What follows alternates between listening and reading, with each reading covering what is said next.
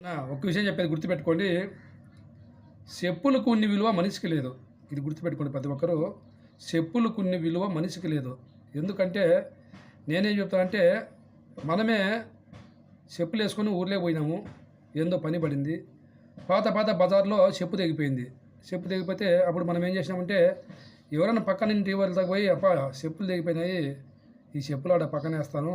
మళ్ళా వచ్చి తీసుకుపోతానంటే" ఆయన ఏం చెప్తాడంటే, "అన్నా, ఆ కొట్టంలో ఆడ ఇడిచిపోయినా ఎక్కడ బాగోని నీ చెప్పులు. ఇంక నెలకు రాపో, నీ చెప్పులు ఎక్కడ పోవు, ఆ కొట్టంలో ఇడుచు" అంటాడు.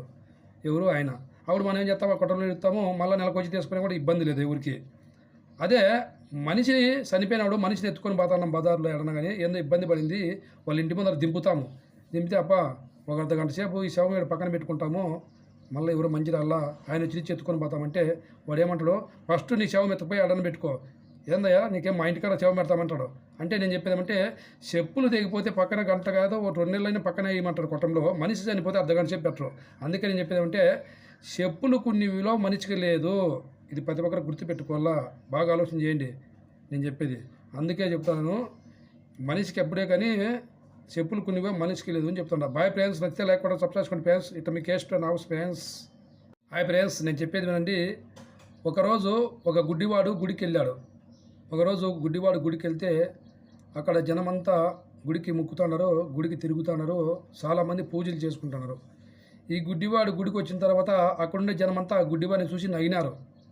నగితే ఆ గుడ్డివాడు కన్ను కనపడదు కదా, ఊరికే పక్కన దేవునితోకి వచ్చి నిలబడుకున్నారు. అప్పుడు ఆ జనంలో ఒక ఆయన వచ్చి గుడ్డివాడికి, "ఏమయ్యా, గుడికి వచ్చావు, మరి దేవుడు నీకు కనపడడు కదా, మరి ఎట్లా ముక్కుతావు, ఎట్లా చేస్తావు, ఏమి నీకు తెలుస్తుంది, మరి ఎందుకు వచ్చావు గుడికి, గుడ్డివాడు నీకు ఏంది కనపడదు కదా" అని గుడ్డివాడిని అతను అడిగాడు అన్నీ. అప్పుడు గుడ్డివాడు ఇలా సమాధానం ఇచ్చాడు, "అయ్యా, దేవుణ్ణి నేను చూడలేను, అది కరెక్టే. కాకుంటే ఆ భగవంతుడు అనేవాడు నన్ను చూస్తాడు కదా, అదే నాకు పుణ్యము, అదే నాకు దేవుడు అనేది నాకు అదే చాలు, అదే నా పుణ్యం అనేది. ఆ భగవంతుడు నన్ను చూస్తాడు కదా, అదే నాకు చాలు" అని అంట. బాయ్ ఫ్రెండ్స్, నచ్చితే లైక్ కూడా సబ్స్క్రైబ్ చేసుకోండి ఫ్రెండ్స్. మీ క్యాష్ హౌస్ ఫ్రెండ్స్. ఫ్రెండ్స్, నేను చెప్పేదేనండి, పిల్లలు అనేవాళ్ళు ఎవరికైనా కానీ, కొడుకులు కానీ బిడ్డలు కానీ ఉంటే వాళ్ళకు మాత్రము మీరు వాళ్ళని సోమరిపోతులుగా పెంచకూడదు.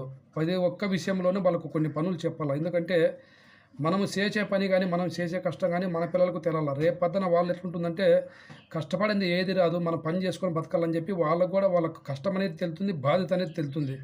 మనం వాళ్ళని ఏ పని చెప్పకుండా బాగా హాయిగా సాకి వాళ్ళు అడిగిందల్లా ఇచ్చుకుంటా, వాళ్ళు చెప్పినట్లల్లా ఇనుకుంటా మనం పోయినామనుకోండి, వాళ్ళు కూడా ఏ పనికి తరం కాకుండా బాగా తిని పెరిగి వేస్ట్గా నిలిచిపోతారనమాట. వాళ్ళకి ఏ కష్టం అనేది తెలదనమాట.